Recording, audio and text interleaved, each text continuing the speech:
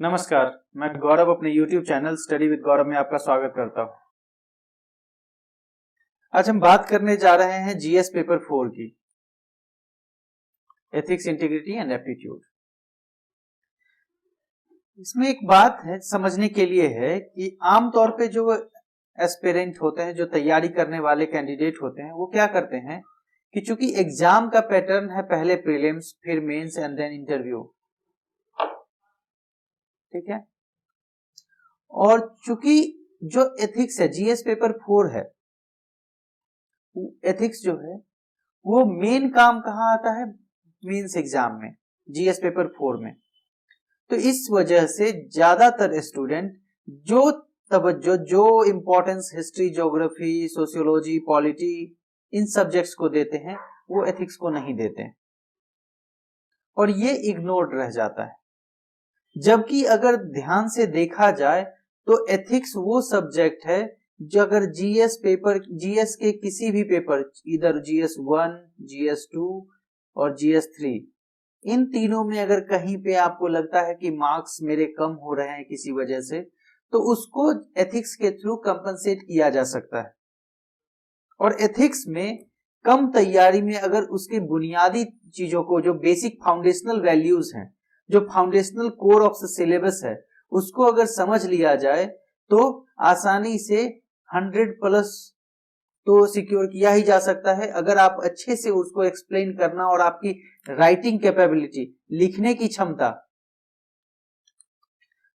की क्षमता से मेरा तात्पर्य है रिप्रेजेंटेशन ऑफ योर आंसर, प्रस्तुतिकरण, जिस तरह से आप उत्तर लिख करके उसको सामने वाले के लिए प्रस्तुत करते हैं, ठीक है, अगर वो बेहतर है तो आप 100+ के में आप 140+ तक भी, 140 to 150 तक भी जा सकते हैं। यह निर्भर करता है कि कैसे आप सिलेबस को देखते हैं, उसको पढ़ते और समझते हैं। तो इसी संदर्भ में आज हम बात करने जा रहे हैं जीएस पेपर 4 के बारे में, जो कि है एथिक्स, इंटीग्रिटी एंड एप्टीट्यूड, नैतिकता, सत्यनिष्ठा और अभिक्षमता। तो सबसे पहले जो बेसिक फाउंडेशन है वो है कि जितने भी टर्म्स इस सिलेबस में आपके सामने आते हैं, जो भी वैल्यूज हैं, जो भी बिहेवियरल एस्पेक्ट है, उन सब के मीनिंग को समझना बहुत जरूरी है। अब इसका सिलेबस क्या कहता है उसको देखते हैं। यदि देखा जाए तो जीएस पेपर 1 से लेकर के जीएस पेपर 3 तक, जीएस पेपर 1 जिसमें कि स्टार्ट होता है इंडियन कल्चर एंड हेरिटेज से, दूसरा हेडिंग स्टार्ट होता है जीएस पेपर 2 का गवर्नेंस, पॉलिटी, कॉन्स्टिट्यूशन से, तीसरे पेपर का टेक्नोलॉजी, इकोनॉमी, डेवलपमेंट से स्टार्ट होता है, चौथे पेपर का देखते हैं कि ethics, integrity and aptitude heading है। बट एक जो डिफरेंस है जीएस पेपर 1, 2, 3 और 4 के बीच में, जीएस पेपर 1, 2, 3 एक तरफ और जीएस पेपर 4 एक तरफ, डिफरेंस क्या है कि बाकी तीनों में हेडिंग के बाद सब हेडिंग से स्टार्ट हो जाते हैं, लेकिन जीएस पेपर 4 में एक स्टेटमेंट दिया गया है बिफोर द कंटेंट। जो कंटेंट स्टार्ट होता है उस कंटेंट से पहले एक स्टेटमेंट दिया गया है। स्टेटमेंट दिया गया है कि आखिर यूपीएससी आपसे एथिक्स पेपर में चाहती क्या है, what is the need and demand of UPSC in ethics paper. Statement क्या है? जो स्टेटमेंट इसके पर्पस को रिफ्लेक्ट करता है कि आखिर जीएस पेपर 4 के का पर्पस क्या है, वो आखिर आपसे क्या जानना चाहता है। The statement is this paper will include questions. तो ऑब्वियसली जब हम एग्जाम दे रहे हैं तो एग्जाम में क्वेश्चंस पूछे जाते हैं and will have to answer, हमें उसको रिप्लाई करना पड़ता है, हम उसका उत्तर देते हैं, ठीक है। टू टेस्ट, किस चीज को आपका टेस्ट, किस पर्सनालिटी के ट्रेट की बात कर रहा है, किस बात का टेस्ट ले रहा है। तो सबसे पहला जो टर्म आता है वो है कैंडिडेट्स एटीट्यूड। एक पर्सनालिटी में एक व्यक्ति का, एक कैंडिडेट का क्या एटीट्यूड है। दूसरा अप्रोचेस टू इश्यूज, उसका क्या तरीका है इश्यूज को किस चीज से रिलेटेड इश्यूज का? पहला इंटेग्रिटी, सत्यनिष्ठा, दूसरा प्रोबिटी, ईमानदारी। तो ईमानदारी का टेस्ट कहां हो रहा है? पब्लिक लाइफ में। एंड तीसरी चीज क्या है? Problem solving approach. अगर कोई प्रॉब्लम आ रहा है उसके सामने, कोई हर्डल आ रहा है, तो उन हर्डल को वो किस तरह से सॉल्व करता है। ठीक है, किस बात का प्रॉब्लम सॉल्विंग अप्रोच? तो जो इश्यूज और कॉन्फ्लिक्ट उसके सामने आ रहे हैं, कब? जब वो समाज में डील करता है। तो प्रॉब्लम जनरेट कहां से होगा? सोसाइटी से। तो जब सोसाइटी से प्रॉब्लम होगा, और एक कैंडिडेट जो है उसका काम क्या है? बतौर सिविल सर्वेंट, क्योंकि यहां पे हम एग्जाम जो देने जा रहे हैं वो एग्जाम है सिविल सर्विसेज एग्जामिनेशन। तो सिविल सर्विसेज एग्जामिनेशन में बतौर सिविल सर्वेंट आप जो वैल्यूज, जो प्रिंसिपल्स, जो प्रोसेस, जो अप्रोच यूज करके उन प्रॉब्लम्स को सॉल्व करेंगे, उसको एग्जामिन करना है पर्पस इस पेपर का, जीएस पेपर 4 का। तो अगर हम इसके हाईलाइटेड पॉइंट्स को समराइज करें तो क्या आएगा? सबसे पहले किसका एप्टीट्यूड चेक करना है? तो एक कैंडिडेट का। तो सबसे पहले हमारे लिए जानना जरूरी है कि एक कैंडिडेट कौन होगा। ठीक है, उसके बाद कैंडिडेट का क्या चेक करना है? एटीट्यूड, और दूसरा अप्रोच। एटीट्यूड उसका कैसे चेक करना है? तो जो पेपर के, अगर आप सारे हेडिंग्स को देखें सिलेबस के, एथिक्स पेपर के सारे हेडिंग्स को, तो जो सेकंड हेडिंग है वो क्या है? एटीट्यूड, सिलेबस का सेकंड पोर्शन।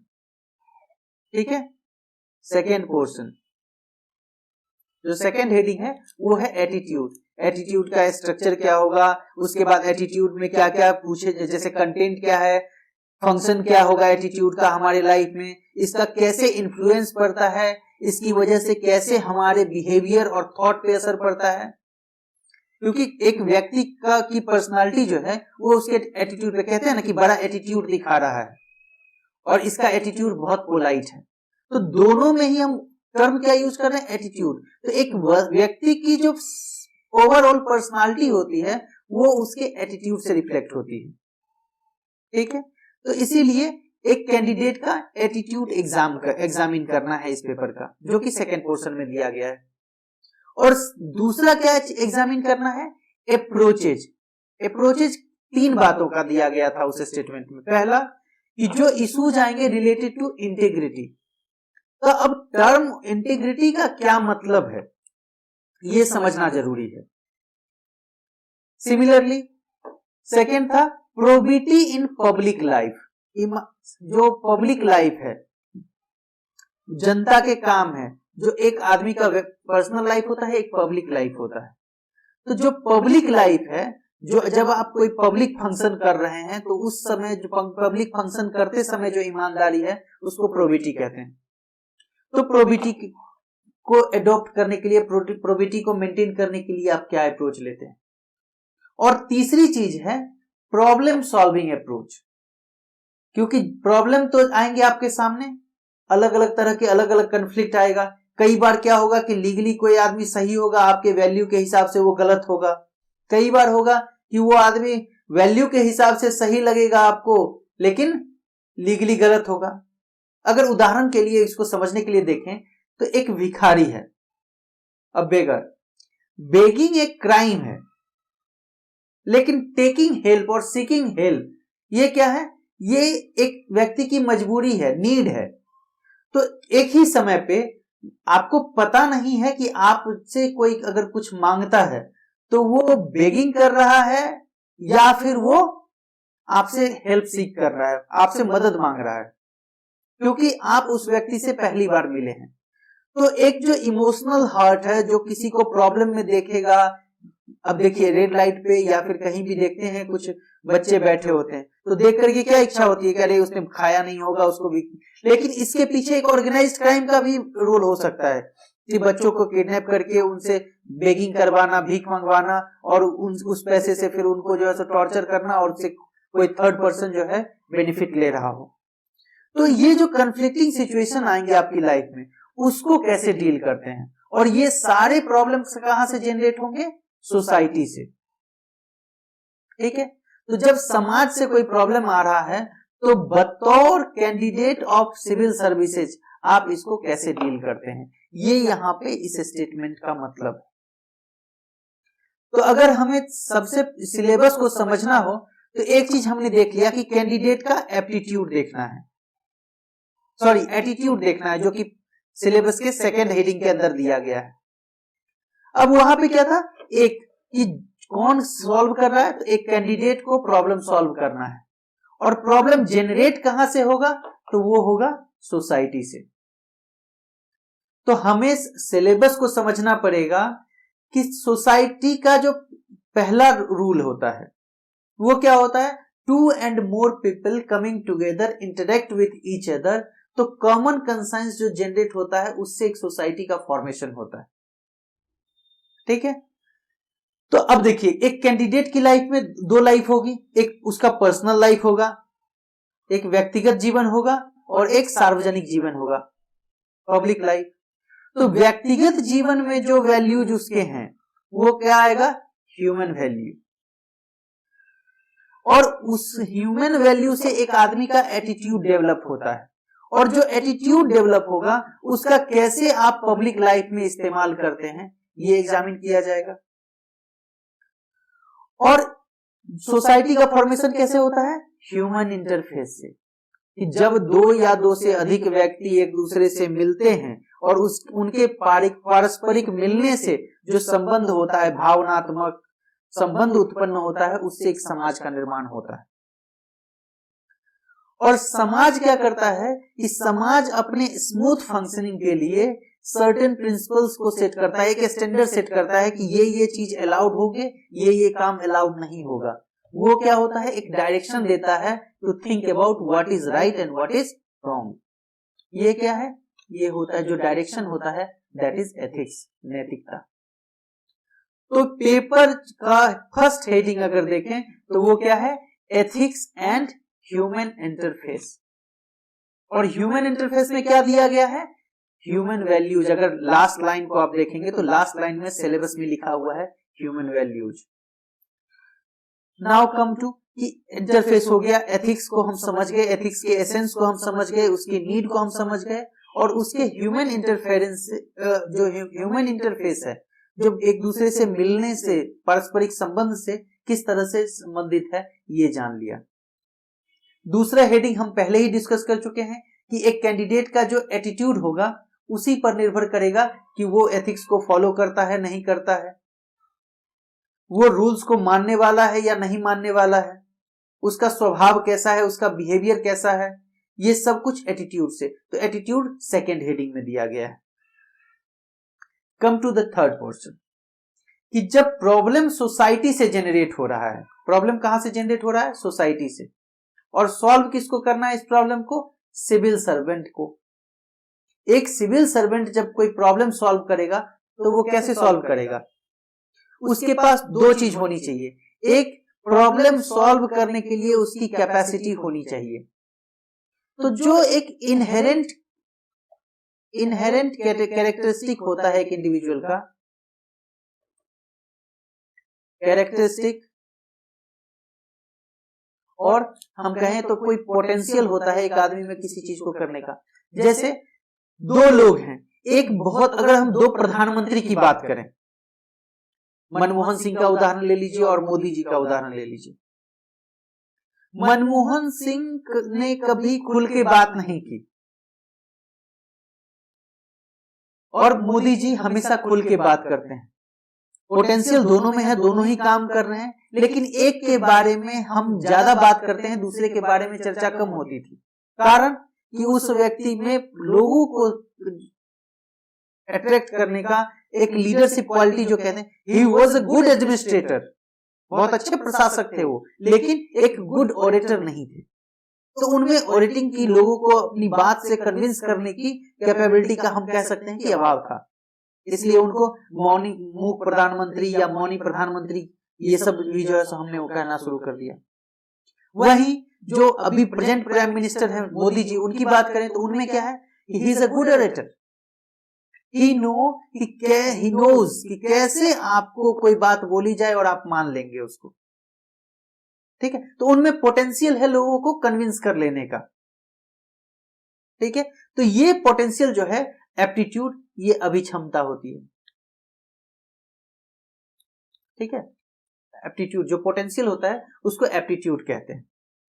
जितने भी एग्जाम होते हैं, अगर किसी भी कॉम्पिटिटिव एग्जाम की बात करें तो सब में एक, किसी में मेंटल एप्टीट्यूड, किसी में एनालिटिकल एप्टीट्यूड, किसी में रीजनिंग एप्टीट्यूड, किसी में लॉजिकल एप्टीट्यूड, लेकिन एप्टीट्यूड का एग्जाम एक कॉमन हर जगह होता है। उसके पीछे रीजन ये है कि हर काम को करने वाले में कुछ स्पेसिफिक कैरेक्टरिस्टिक होने चाहिए। उदाहरण के लिए दो व्यक्ति हैं, दोनों की हाइट 6 फीट है। ठीक है, अब एक क्या है कि 6 फीट है, लेकिन उस बॉडी के दो पोर्शन, अपर पोर्शन और लोअर पोर्शन, एक का अपर पोर्शन 4 फीट का है और लोअर पोर्शन 2.5 फीट का है। मानिए ये 3 फीट और 2.5 फीट है, 3.5 और 2.5। लेकिन दूसरा व्यक्ति जो है उसका अपर पोर्शन 2.5 फीट का है और लोअर पोर्शन 3.5 फीट का है। दोनों की हाइट सेम है, लेकिन अगर एप्टीट्यूड, उनकी क्षमता की बात की जाए तो जिसके लोअर पोर्शन शॉर्ट है और अपर पोर्शन लॉन्ग है, वो किस चीज के लिए कैपेबल होगा? वो अच्छा स्विमर बन सकता है। क्यों? क्योंकि पानी को काटने के लिए लंबे हाथ की जरूरत होगी।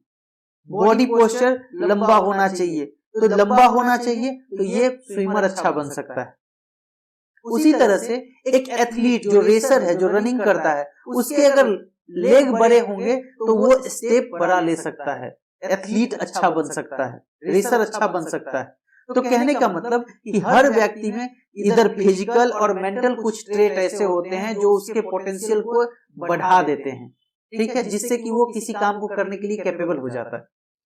तो सिविल सर्वेंट में के केस में क्या एप्टीट्यूड होने चाहिए, और एप्टीट्यूड के साथ साथ क्या क्या बुनियादी वैल्यू होने चाहिए, फाउंडेशनल वैल्यूज क्या होने चाहिए। अगर कोई सिविल सर्वेंट है और मानिए कि उसमें इंटीग्रिटी नहीं है, सत्यनिष्ठा नहीं है, वो क्या करेगा? पर्सनल लाइफ को प्रिवेल हो सकता है, पर्सनल लाइफ को प्राइमेसी दे और पब्लिक लाइफ को छोड़ दे। तो क्या कोई भी व्यक्ति ऐसे राजा को पसंद करेगा जो अपने परिवार की वजह से लोगों को छोड़ दे या लोगों की केयर करना छोड़ दे? उदाहरण अगर देखें तो महाभारत में ही एक तरफ कौन है? धृतराष्ट्र है, और दूसरी तरफ कौन है? युधिष्ठिर। धृतराष्ट्र क्या कर रहे हैं कि उन्होंने परिवार की वजह से क्या किया? पब्लिक लाइफ को इग्नोर कर दिया। लोगों, इतने लोग मारे गए। अगर धृतराष्ट्र ने सही निर्णय ले लिया होता, पुत्र मोह से बाहर हटके, तो महाभारत जैसा विध्वंसक युद्ध नहीं होता। तो कहने का मतलब कि कुछ बुनियादी सिस्टम, कुछ वैल्यू सिस्टम ऐसे होने चाहिए जिससे कि आप सिविल सर्वेंट के तौर पे उन प्रॉब्लम्स को सॉल्व कर सकें। ठीक है, अपने कार्य में यूनिफॉर्मिटी मेंटेन कर सकें। तो उसके लिए जो सिलेबस का थर्ड हेडिंग है वो क्या है? एप्टीट्यूड एंड फाउंडेशनल वैल्यूज, जिसमें आपको दिया गया है किसके लिए? फॉर सिविल सर्विस, जो है इंटीग्रिटी है, इम्पार्शियलिटी एंड पार्टीशनशिप है, ऑब्जेक्टिविटी है, डेडिकेशन टू पब्लिक सर्विस है, एम्पैथी है, टॉलरेंस है, एक्सेट्रा। तो कहने का मतलब कि ये सब एक दूसरे से लिंक है। जब तक आप में फाउंडेशनल वैल्यूज नहीं होंगे तब तक आप किसी कार्य को बेहतर तरीके से नहीं कर सकते। तो पोटेंशियल के साथ साथ कुछ वैल्यूज होने चाहिए जो आप पे एक लिमिटेशन इंपोज करें। एक व्यक्ति को ज्ञान बहुत हो लेकिन उसमें कोई वैल्यू नहीं हो तो उसका ज्ञान निरर्थक है। एक व्यक्ति में ज्ञान बहुत, वैल्यूज बहुत हो और ज्ञान नहीं हो तो उसकी वैल्यूज व्यर्थ है। तो दोनों जब मिलेंगे तभी वो सकारात्मक दिशा में पहल कर सकते हैं। तो सिलेबस का तीसरा हेडिंग क्या है? Aptitude and foundational values for civil services. अब वैल्यूज हो गए, तो यहां पे वैल्यूज में क्या देखिए? दो, एक तरफ हम पोटेंशियल देख रहे हैं, दूसरी तरफ क्या देख रहे हैं कि कुछ इमोशनल है, जैसे टॉलरेंस है, एम्पैथी है, ये इमोशनल बिहेवियर है। ठीक है, और दूसरी तरफ कहता है ऑब्जेक्टिविटी। ऑब्जेक्टिविटी का मतलब क्या है कि सेम सर्कमस्टांसेस में हमें सेम तरीके से यूनिफॉर्मली बिहेव करना है। अब एक व्यक्ति मानिए बहुत ज्यादा इमोशनल है, तो कोई गलत भी कर रहा होगा तो छोड़ देगा, क्योंकि वो इमोशनल है, देखेगा कि गरीब है, वो उसको बैकग्राउंड का पता नहीं है। और एक ऑब्जेक्टिविटी के तहत अगर मानिए कि आप एडमिनिस्ट्रेटर हैं और आप किसी को बेगिंग करते हुए देखते हैं जो कि लीगली अगर क्राइम है, तो आप क्या करेंगे, उसको अरेस्ट कर लेंगे। तो हमें यहाँ पे जो नेक्स्ट हेडिंग है सिलेबस का वो है इमोशनल इंटेलिजेंस। इमोशनल इंटेलिजेंस का कि इमोशंस भी होने चाहिए, इंटेलिजेंस भी होने चाहिए, और उन दोनों को मिला करके जो कॉरेस्पॉन्डिंग यूज होना चाहिए। उदाहरण के लिए अब मानिए कि एक जगह कहीं पे 10 लड़के झगड़ा कर रहे हैं, 5-5 मानिए 2 अलग अलग ग्रुप के हैं, झगड़ा कर रहे हैं, पूरा लाठी वाला सब कुछ चल रहा है, तलवारें निकल चुकी हैं। अब इमोशन आपका कह रहा है, अगर आप एक पर्सन ऑफ इंटीग्रिटी हैं, अगर आप नॉन वायलेंस के सपोर्टर हैं, तो आप क्या करेंगे, जाकर के उनका झगड़ा छुड़ाने की कोशिश करेंगे। ठीक है, झगड़ा छुड़ाने की कोशिश करेंगे तो हो सकता है कि वो इतने हिंसक बन चुके हैं, इतना उग्र हो चुका है उनका व्यवहार कि आपको पकड़ के आप ही को पीटना शुरू कर दे दोनों मिलके। और ऑब्जेक्टिविटी क्या कहता है, ऑब्जेक्टिविटी कहता है कि आप पुलिस को इन्फॉर्म करेंगे। तो अगर मानिए कि इमोशनल होने से आप पे भी नेगेटिव इंपैक्ट आ रहा है, तो क्या होना चाहिए कि इमोशन के साथ साथ ऑब्जेक्टिविटी, इंटेलिजेंस का इस्तेमाल करना चाहिए।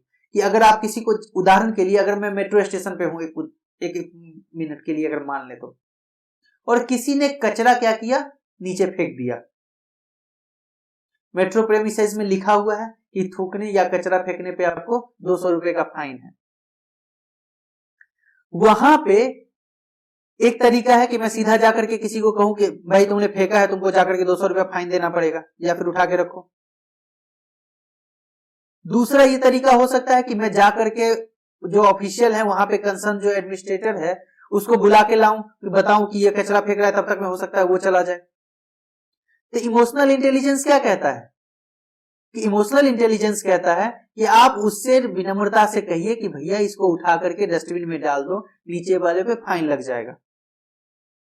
अगर वो आपकी बात नहीं मानता है तो तुरंत जो है सो यू रेज अलार्म, आप जो है सो चिल्ला करके जो वहां संतरी है, सिपाही है, जो प्रोटेक्टर है, उसको बुला सकते हैं, वो फिर उसको ध्यान में रखेगा।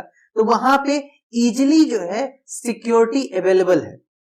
अगर मानिए कि वहां पे पुलिस को आने में आधा घंटा लगे और आप बचाने चले गए, तो वो क्या करेगा, आपको पकड़ के पीट देगा।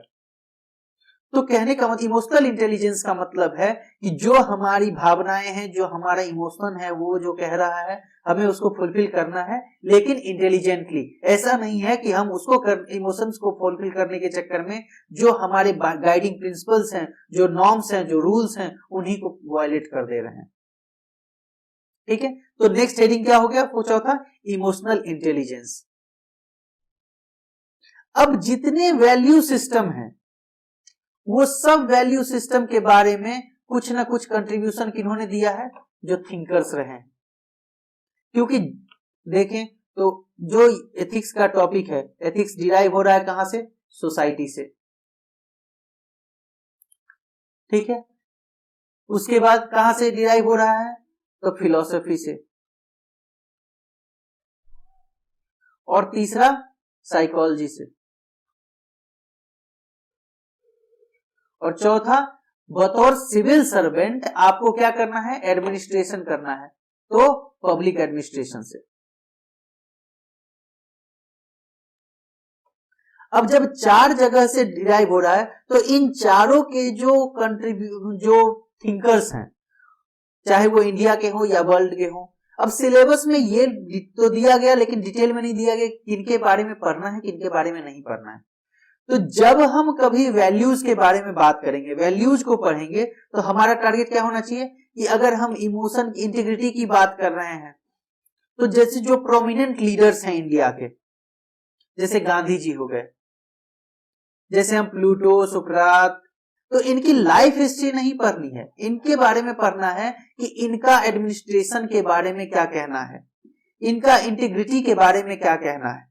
तो जब हम उस चीज को रिलेट करेंगे तो सवाल बनेंगे उनके कंट्रीब्यूशन से, ना कि थिंकर्स पे।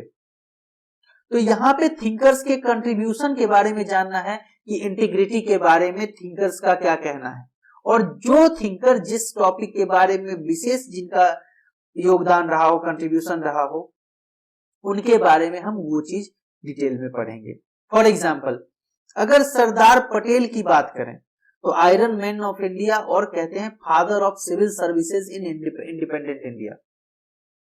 तो फादर ऑफ सिविल सर्विसेज की बात हम जब करते हैं इंडिपेंडेंट इंडिया की, तो क्या है, सिविल सर्विसेज एडमिनिस्ट्रेशन का पार्ट है, और फादर ऑफ एडमिनिस्ट्रेशन किसको मान रहे हैं हम, सरदार पटेल को। तो Sardar Patel is administrative thinker, उनकी जो वैल्यूज हैं एडमिनिस्ट्रेशन को लेकर के, जिन प्रिंसिपल्स पे वो चले हैं, जिसकी वजह से अभी जो प्रेजेंट सिविल सर्विसेज है उसका फाउंडेशन तैयार हुआ, तो उन वैल्यूज को जानना जरूरी है।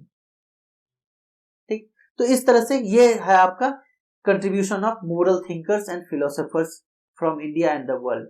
सिमिलरली इसी में जो थिंकर्स को हम पढ़ेंगे तो हमें इसको रिलेट करना पड़ेगा सिलेबस के फर्स्ट हेडिंग से भी, एथिक्स एंड ह्यूमन इंटरफेस, क्योंकि उसमें जो ह्यूमन वैल्यूज का पोर्शन है, तो ह्यूमन वैल्यूज हम कहां से सीखते हैं, तो लास्ट लाइन लिखा गया है कि teachings of great leaders, reformers and administrators, उनकी लाइफ से और टीचिंग से, लाइफ से। अब जैसे अगर मानिए कि एक पर्सन है जो कि काफी लिबरल सोच का है, लिबरल सोच का मतलब है कि उसने जीवन को देखा है, जीवन को बिल्कुल लिबरल तरीके से देखा है कि जो भी है सब वसुधैव कुटुंबकम को माना है, सबको अपना माना है, irrespective of caste, creed, race, religion, कुछ भी नहीं। तो वो हमें क्या सिखाएगा, वो हमें टॉलरेंस सिखाएगा। तो जो लीडर है उसकी लाइफ से हम जो ह्यूमन वैल्यूज इनहेरिट कर रहे हैं, गांधी हैं, गांधी की लाइफ से हम क्या सीखते हैं, सर्वधर्म समभाव। तो कहने का मतलब गांधी अपनी लाइफ में प्रैक्टिस कर रहे हैं, तो उनकी लाइफ से जो वैल्यूज हम सीखते हैं, तो उनका एक कंट्रीब्यूशन थिंकर्स के नाम पे क्या हुआ कि गांधी ने हमें किस बात की शिक्षा दी, सर्वधर्म समभाव की, equal respect to all religion. Gandhi की लाइफ सिंप्लिसिटी की लाइफ है, तो उसी के लाइफ से हम सिंप्लिसिटी सीखते हैं, इंटीग्रिटी सीखते हैं। जैसे रिफॉर्मर्स की बात करें तो रिफॉर्मर्स कौन हुए, जैसे स्वामी दयानंद सरस्वती हैं, जैसे राम मोहन राय हैं। तो कहने का मतलब है कि जहां भी हम सिलेबस में कोई भी टर्म पढ़ते हैं, तो उन टर्म्स को उस टर्म से रिलेटेड कंट्रीब्यूशन अगर किसी भी प्रोमिनेंट पर्सन, एडमिनिस्ट्रेटर या रिफॉर्मर ने दिया है, तो we should take into consideration. तो ये जो 5 है वो क्या कर रहा है, हमें कंट्रीब्यूशन ऑफ थिंकर्स, और इसी में रिलेट करके हमें क्या पढ़ना है, पर्सनल लाइफ को भी। ठीक है, तो ये दोनों सिमिलरली पढ़ने। Now come to the next part of syllabus, कि हमने क्या पढ़ा कि पब्लिक लाइफ की बात, क्योंकि पब्लिक सर्वेंट जो है उनका काम है पब्लिक की सेवा करना। तो पब्लिक लाइफ, पब्लिक सर्विस और सिविल सर्विसेज में क्या मतलब अंतर है। सिविल सर्विसेज होता है नागरिक सेवा, नागरिक सेवा कि जो यूपीएससी सिविल सर्विसेज एग्जाम के अंदर अगर कोई एग्जाम कंडक्ट करा रही है, तो वो सारे जो लोग होंगे चुने जाएंगे वो सिविल सर्वेंट होंगे। दूसरा, स्टेट पीसीएस जितने एग्जाम कंडक्ट कराता है वो क्या होगा, स्टेट पीसीएस के अंदर जो एग्जाम कंडक्ट होते हैं और जो अपॉइंटमेंट होती है वो क्या होती है, वो भी सिविल सर्वेंट होते हैं। उनको छोड़ करके बाकी जितने होते हैं, ठीक है, इंक्लूडिंग सिविल सर्वेंट, सब होते हैं पब्लिक सर्वेंट। क्योंकि पब्लिक सर्वेंट में पॉलिटिशियंस भी आते हैं, पब्लिक सर्वेंट में जो प्यून है वो भी आता है, पब्लिक सर्वेंट में डिफेंस के भी कर्मचारी आते हैं। तो civil servant and public servant, अब सबका काम क्या है, चाहे सिविल सर्वेंट हो या पब्लिक सर्वेंट हो। तो पब्लिक सर्वेंट इन लार्ज, उनका काम क्या है, पब्लिक की सेवा करना। तो पब्लिक की सेवा करने के दरमियान सर्व सेवा कैसे करते हैं, थ्रू एडमिनिस्ट्रेशन, प्रशासन के द्वारा। तो सेवा करने के दौरान जिन वैल्यूज को फुलफिल करना है, तो वो दिया गया है आपके नेक्स्ट हेडिंग में, जो 6th हेडिंग है। क्या दिया गया है, नेक्स्ट हेडिंग है public oblique civil services values and ethics in public services. तो यहाँ पे देखिए पब्लिक एंड सिविल सर्विसेज, तो सिविल सर्वेंट के बारे में तो हम फाउंडेशनल वैल्यूज ऑलरेडी पढ़ चुके हैं, हमें पब्लिक लाइफ में पब्लिक सर्विस सर्वेंट जो हैं उन सबको भी कंसीडर करना है यहाँ पे। उदाहरण के लिए जो सिविल सर्वेंट की एक्सक्लूसिव वैल्यूज हैं वो सिविल सर्वेंट की है, लेकिन पब्लिक लाइफ में जैसे क्रिमिनलाइजेशन ऑफ पॉलिटिक्स पे अगर पूछा जाए तो पॉलिटिक्स में जो पॉलिटिशियंस हैं वो कौन है, पब्लिक सर्विस में आते हैं। अब पॉलिटिशियन पब्लिक सर्विस में आता है तो उसके भी कुछ वैल्यूज होने चाहिए, उसको भी कुछ फॉर्म्स को फुलफिल करना चाहिए, नॉर्म्स को। उनकी लाइफ में क्या एथिकल वैल्यूज होने चाहिए, तो उसकी बात कर रहा है आपका 6th हेडिंग। क्या कि civil services values and ethics in public administration. अब इसके अंदर दो तरह की चीजें हैं, कुछ बाइंडिंग चीजें हैं, कुछ गाइडिंग प्रिंसिपल्स हैं। बाइंडिंग चीजें क्या होंगी, जैसे लॉज हैं, रूल्स एंड रेगुलेशंस हैं, जैसे ऑल इंडिया सर्विसेज एक्ट है 1951। दूसरा कुछ रूल्स है जैसे civil services code of conduct rules. ये हमें बताता है कि हमें कैसे काम करना है, क्या प्रोसीजर फॉलो करना है, किस तरह से किसी भी स्टेप को लेना है, किस सिचुएशन में कैसे काम करना है, किसके साथ कैसे डील करनी। वहीं कुछ गाइडिंग प्रिंसिपल हैं जैसे क्या क्या वैल्यूज होने चाहिए। अब कॉन्स्टिट्यूशन एक गाइडिंग प्रिंसिपल देता है क्या कि स्टेट को किसी से डिस्क्रिमिनेट नहीं करना है, आर्टिकल 15 के अंदर। तो सबसे हमारा गाइडिंग डॉक्यूमेंट क्या है, कॉन्स्टिट्यूशन। तो हमें कॉन्स्टिट्यूशनल वैल्यू जो सिविल सर्वेंट के लिए चाहिए, इंक्लूडिंग उसके प्रोटेक्शन को लेकर के, उसके इंडिपेंडेंस को लेकर के, वो जानना जरूरी। दूसरा एथिकल वैल्यूज क्या होने चाहिए सिविल सर्वेंट के लिए, वो जानना जरूरी है। तो ये सब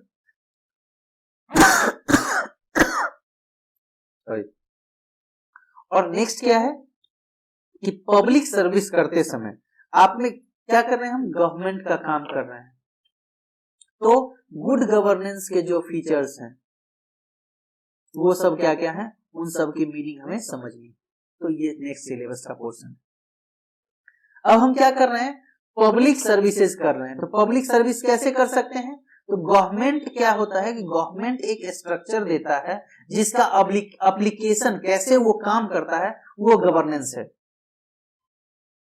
शासन क्या होता है, शासक होता है जो शासन करता है, और जिस तरह से शासन होता है वो गवर्नेंस है। ठीक है, application of government is governance. अब गवर्नेंस करना है तो क्या कहता है, वर्क प्रोबिटी इन गवर्नेंस। जो नेक्स्ट हेडिंग है वो है प्रोबिटी इन गवर्नेंस। तो हमें क्या समझना पड़ेगा कि प्रोबिटी से पहले हम क्या समझते हैं। ठीक है, why it is required, probity की जरूरत क्या है, पब्लिक सर्विस से क्या समझते हैं, और इनका जैसे देखिए लास्ट में क्या लिखा हुआ है, फिलोसॉफिकल बेसिस ऑफ गवर्नेंस।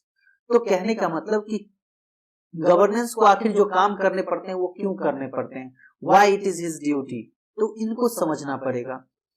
और लास्ट में ये इन सब के साथ क्या है, केस स्टडीज दिए गए हैं। मानिए थ्योरेटिकली आपको सब पता है कैसे आपको अप्रोच करना है, कैसे जाना है, लेकिन उसका एप्लीकेशन जब तक संभव नहीं हो तब तक किसी काम में आप स्टेप लेकर के आगे नहीं बढ़ सकते। इसीलिए एग्जाम में वो पार्ट ए और पार्ट बी दो पार्ट में बांटा जाता है। ए पोर्शन जो है एग्जाम का वो थ्योरेटिकल होता है, बी में केस स्टडीज दिए जाते हैं जिनमें you have given some conflicting situations कि जो आपके वैल्यूज को कन्फ्लिक्ट करे, काट रहा हो। अब उसमें आप कैसे अप्रोच करेंगे, तो जो प्रॉब्लम सॉल्विंग अप्रोच है आपका उसको कंसीडर किया जाता है। तो this is all about the syllabus of GS paper 4 ethics, integrity and aptitude. Syllabus को कोशिश कीजिए कि जो आपका मेन दिया गया सिलेबस है, कहां, यूपीएससी का जो नोटिफिकेशन इशू होता है, ऑफिशियल नोटिफिकेशन, उससे सिलेबस को पढ़ने की कोशिश करनी चाहिए। क्योंकि जब कभी भी हम ओरिजिनल डॉक्यूमेंट से कुछ पढ़ते हैं तो वहां पे कुछ ना कुछ ऐसा जरूर होता है जो कि आपको उसके अल्टरनेटिव में नहीं मिलेंगे। फॉर एग्जाम्पल, अगर मानिए कि हमें एक बार इंटरव्यू में एक फ्रेंड से पूछा गया कि 1 अगस्त का यूपीएससी के कंटेक्स्ट में क्या रेलिवेंस। अब 1 अगस्त तो कोई डे भी नहीं आता है जिसको सेलिब्रेट किया जाता हो यूनिवर्सली या फिर इंडिया में सेलिब्रेट किया जाता हो। लेकिन क्या है कि जब नोटिफिकेशन देखेंगे तो उसमें क्या लिखा हुआ है कि 1 अगस्त से आपका डेट, 1 अगस्त से आपके एज को काउंट किया जाएगा। अगर आप 1 अगस्त को मैक्सिमम एज फुलफिल कर रहे हैं या मिनिमम एज से ऊपर हैं और मैक्सिमम के नीचे हैं, then you are eligible for application. आप अप्लाई कर सकते हैं, यूपीएससी का एग्जाम दे सकते हैं। That's why always read the syllabus and provisions once through the official document given by UPSC. Hindi English दोनों में आता है, आप दोनों में ही पढ़ सकते हैं, बट वहां पे हमेशा दिया जाता है कि इंग्लिश जो होगा वो फाउंडेशन माना जाएगा किसी भी कंफ्लिक्टिंग सिचुएशन में। तो सिलेबस को एक बार जो यूपीएससी का नोटिफिकेशन है उसके थ्रू पढ़ें, समझें, और अगर सिलेबस को इंटरलिंक करने में एक दूसरे से कोई कंफ्यूजन आता है, you are feel free to ask me in comment. Thank you so much. Thanks for watching.